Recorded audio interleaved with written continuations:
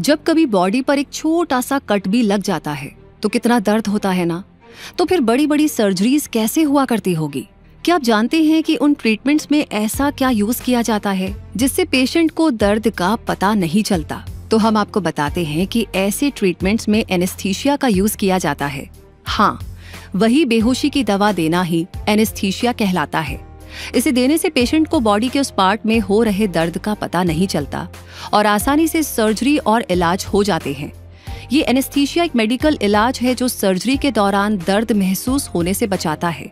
इसमें यूज होने वाले मेडिसिन एनेस्थेटिक्स कहलाती है और मेडिसिन की जो ब्रांच सर्जिकल प्रोसीजर के पहले, सर्जरी के दौरान और बाद के पीरियड में पेन से रिलीफ पर फोकस करती है वो एनेस्थीसियोलॉजी कहलाती है। तो बताइए, आप इसके बारे में और ज्यादा जानना चाहते हैं? क्या आप ये जानने में इंटरेस्टेड है कि ये एनेस्थीसिया कैसे दिया जाता है, इसे कौन परफॉर्म करता है, इसके साइड इफेक्ट्स और रिस्क क्या हो सकते हैं?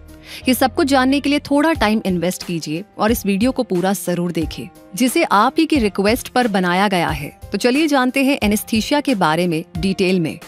एनेस्थीसिया का यूज मेजर सर्जरीज में होता है, साथ ही माइनर सर्जरीज में भी इसका इस्तेमाल किया जाता है।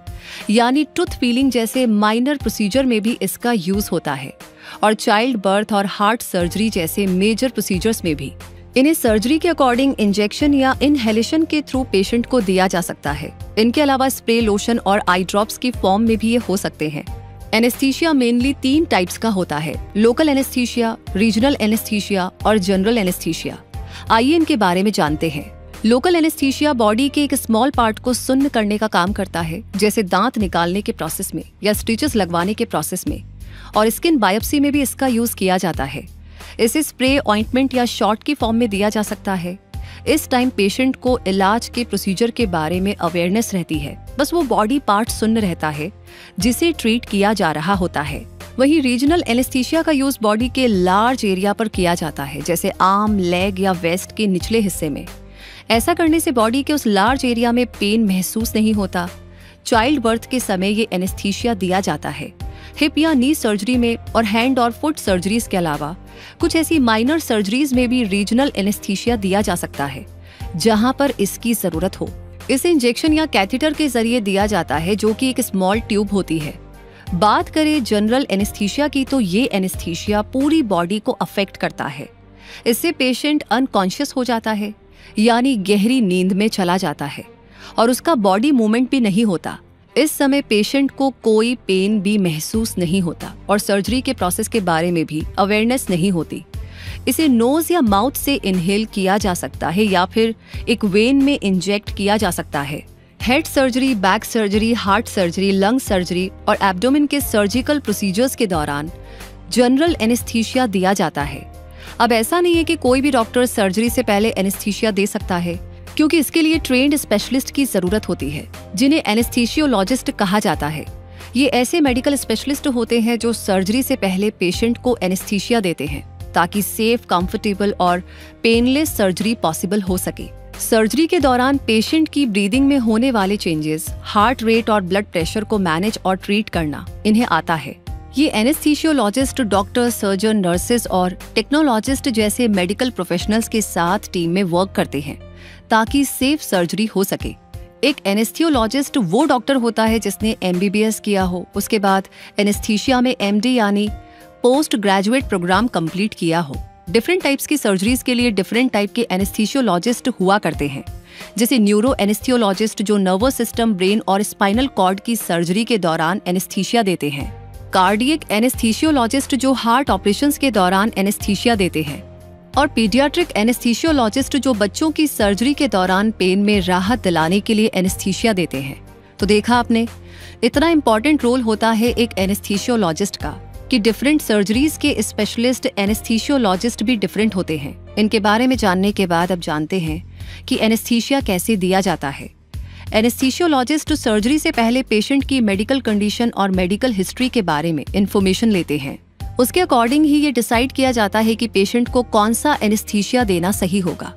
इंजेक्शन या इनहेलेशन के जरिए पेशेंट को एनेस्थीसिया दे दिया जाता है।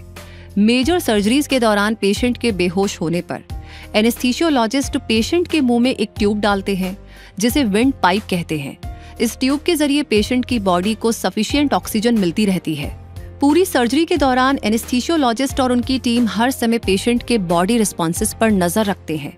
सर्जरी के दौरान पेशेंट के blood pressure, body temperature, oxygen level सबका ध्यान रखा जाता है ताकि ये पता लगाया जा सके कि पेशेंट को इस प्रोसीजर के दौरान कोई तकलीफ तो नहीं हो रही। सर्जरी शुरू होने से पहले पेशेंट के होश में आने तक वो एनेस्थीसियोलॉजिस्ट की निगरानी में रहता है। और अगला सवाल ये कि एनेस्थीसिया काम कैसे करता है। तो एनेस्थीसिया नर्वस सिस्टम में सिग्नल्स को ब्लॉक कर देता है। Nervous system brain, spinal cord और नर्व्स का बना है और बॉडी से मैसेजेस नर्व्स और स्पाइनल कॉर्ड से होते हुए ब्रेन तक जाते हैं। एनेस्थीसिया पेन मैसेजेस को ब्रेन में जाने से रोकता है, उन्हें ब्लॉक कर देता है, जिससे पेशेंट को पेन का पता ही नहीं चल पाता। और सर्जरी कंप्लीट होने के बाद एनेस्थीसिया को रोक दिया जाता है, जिसके बाद पेशेंट धीरे धीरे होश में आने लगता है और सर्जरी के बाद पेशेंट को एक रिकवरी एरिया में मूव कर दिया जाता है, जहां पर उसकी heart rate, blood pressure etcetera check किए जाते हैं। सब कुछ नॉर्मल होने पर एनेस्थीसियोलॉजिस्ट का काम पूरा होता है और पेशेंट सर्जरी के अकॉर्डिंग हॉस्पिटल में स्टे करता है या घर जा सकता है। अब यूं तो एनेस्थीसिया सेफ होता है, लेकिन फिर भी इसके साथ कुछ साइड इफेक्ट्स और रिस्क भी जुड़े हैं। रीजनल और लोकल एनेस्थीसिया के बाद किसी पेशेंट को इंजेक्शन की जगह पर पेन महसूस हो सकता है और जनरल एनेस्थीसिया में कुछ पेशेंट्स को सर्जरी के बाद जागने पर कंफ्यूजिंग और नशे में होने जैसा महसूस हो सकता है। इसके अलावा किसी पेशेंट को वॉमिटिंग या ठंड लगने जैसे एक्सपीरियंसेस भी हो सकते हैं। कुछ पेशेंट्स में हार्ट रिदम या ब्रीदिंग प्रॉब्लम्स हो सकती है। एनेस्थीसिया से एलर्जिक रिएक्शन होने का रिस्क भी रहता है। कुछ केसेस में ऐसा पॉसिबल है कि एनेस्थीसिया के बाद भी पेशेंट को अवेयरनेस बनी रहे।